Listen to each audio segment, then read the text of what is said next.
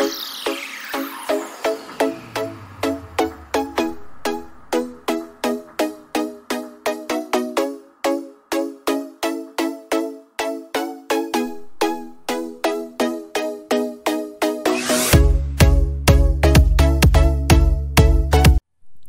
everyone, Assalamualaikum warahmatullahi wabarakatuh. Welcome back to Jejak Belajar ID. Kita akan lanjut ke part 2 untuk pembahasan penilaian akhir tahun nih untuk mapel matematika kelas 8 tahun pelajaran 2021-2022. Langsung saja kita ke nomor 6. Di sini ada ilustrasi gambar sebuah taman berbentuk lingkaran berjari-jari 10 meter Di sekeliling tepi taman dibuat jalan melingkar tuh 4 meter ya yang ditunjuk. Kemudian untuk membuat jalan tiap 1 meter perseginya biayanya 50.000. Maka seluruh biaya untuk membuat jalan tersebut berapa? Itu jalan kan yang ditandai warna hitam. Maka kita tinggal menghitung luasnya. Jalan itu yaitu luas lingkaran besar dikurangi luas lingkaran yang kecil. Untuk lingkaran yang besar itu menggunakan jari-jari yang ditandai jari-jari R kapital itu ya. Ini pi kali jari-jari kuadrat. Ini nanti ada rawat jari-jarinya yang R kapital itu 2.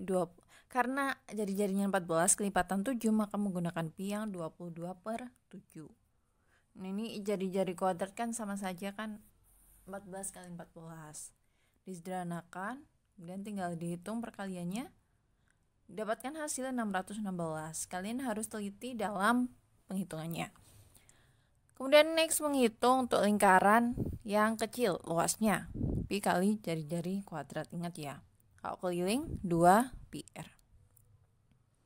Seperti tadi langkahnya, karena jari-jarinya bukan kelipatan 7, maka menggunakan pi 3,14 dikali 10 kali 10 atau 10 kuadrat sama saja itu 100. Nah ini di belakang koma kan ada 2. Nah nolnya itu ada 2. Cara gampangnya seperti itu. Jadi komanya sudah tidak ada. 314,0 sama dengan 314 berarti 616 dikurangi 314 hasilnya 302. Kemudian kita akan menghitung biaya seluruhnya ya untuk membuat jalan tersebut. Karena per meternya 50.000 maka kalau totalnya 302 meter persegi itu tinggal dikalikan 50.000. Penghitungannya juga harus teliti ya. Ini 302 kalikan 50.000 didapatkan hasil 15.100.000. Di sini ternyata pada pilihan jawaban tidak ada jawabannya. Berarti anggap saja ini nomor 6 ini adalah bonus. Next kita lanjut ke nomor 7. Ini ada gambar lagi lingkaran ya. Ilustrasi lingkaran. Jika luas juring BOC 60 cm persegi. Ini karena agak tidak terlihat jelas maka dengan warna kuning. Nanti kita cross check lagi apakah benar itu 130 derajat atau 150 derajat gitu ya. Luas juring itu sudut pusat per 360 derajat kali luas lingkaran. Karena kita akan menghitung luas juring AOC maka kita butuh luas lingkaran nih. Menghitung luas lingkaran dibalik ya 360 derajat per sudut pusatnya kali luas juringnya. 360 derajat sudut pusatnya untuk BOC itu 60 per 100 derajat dikalikan luas juringnya udah diketahui ya itu 60. Tinggal disederhanakan saja kemudian penghitungan biasa perkalian pembagian dapatkan hasil luas lingkaran 216. Kemudian next kita akan menghitung luas juring AOC. Coba kita hapus lagi tuh yang 130 derajat, kita cermati ternyata yang 130 derajat itu ada kekeliruan, maka kita ralat itu harusnya 150 derajat. Luas juring, ingat luas juring itu sudut pusat per 360 derajat kali luas lingkaran. Bedanya dengan panjang busur, kalau panjang busur itu sama-sama sudut pusat per 360 derajat tapi dikalinya keliling lingkaran, begitu ya. Tidak perlu menghafal, kalian cukup perlu latihan terus-menerus nanti dengan sendirinya tahu mana rumus yang digunakan. Nah, dimasukkan AOC-nya 150 derajat, tadi ada kesalahan bukan 130 derajat, oke. Kemudian kita menghitung biasa. Penghitungan bisa ini menggunakan penyederhanaan, bisa menggunakan tabel faktor ketika kalian mau mencari KPK-FPB itu ya, untuk penyederhanaan. Kalau bagi yang tidak bisa menyederhanakan secara langsung begitu. Dapatkan hasil akhir, luas juring AOC yaitu 90 cm persegi. Lanjut ke nomor 8. Diketahui dua buah lingkaran dengan pusat P dan Q, dengan panjang jari-jari masing-masing 17 cm dan 10 cm. Nah, di sini kan yang nilainya terbesar itu 17, maka yang 17 kita ambil sebagai jari-jari lingkaran yang besar.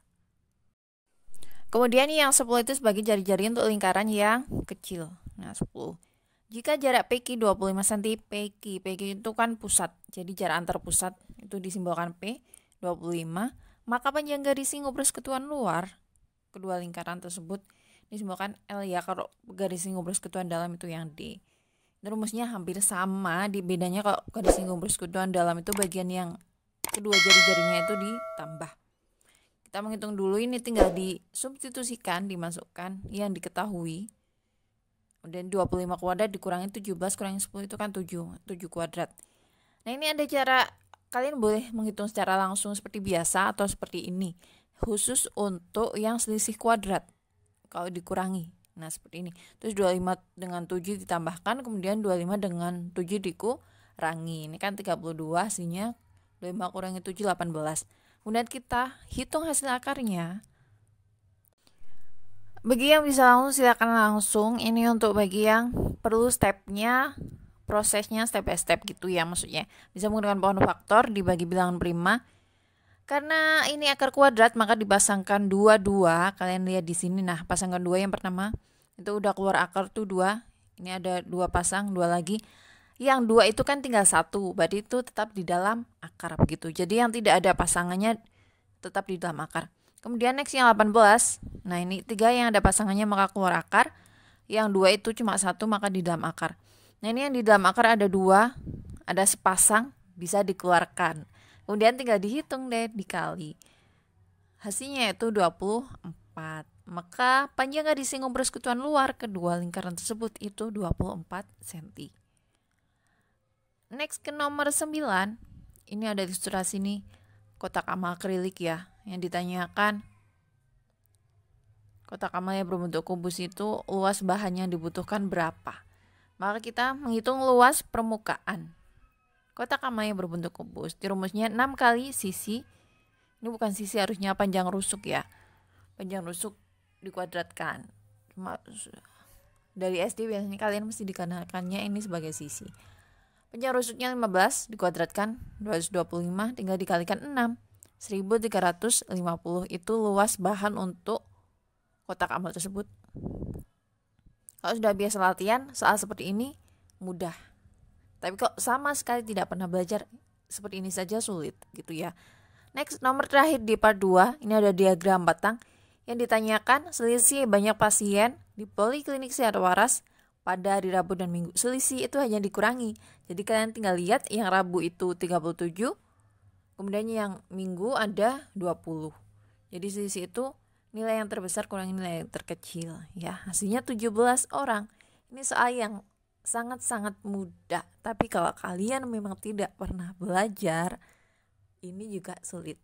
Oke, semangat belajar. See you next time. Wassalamualaikum warahmatullahi wabarakatuh.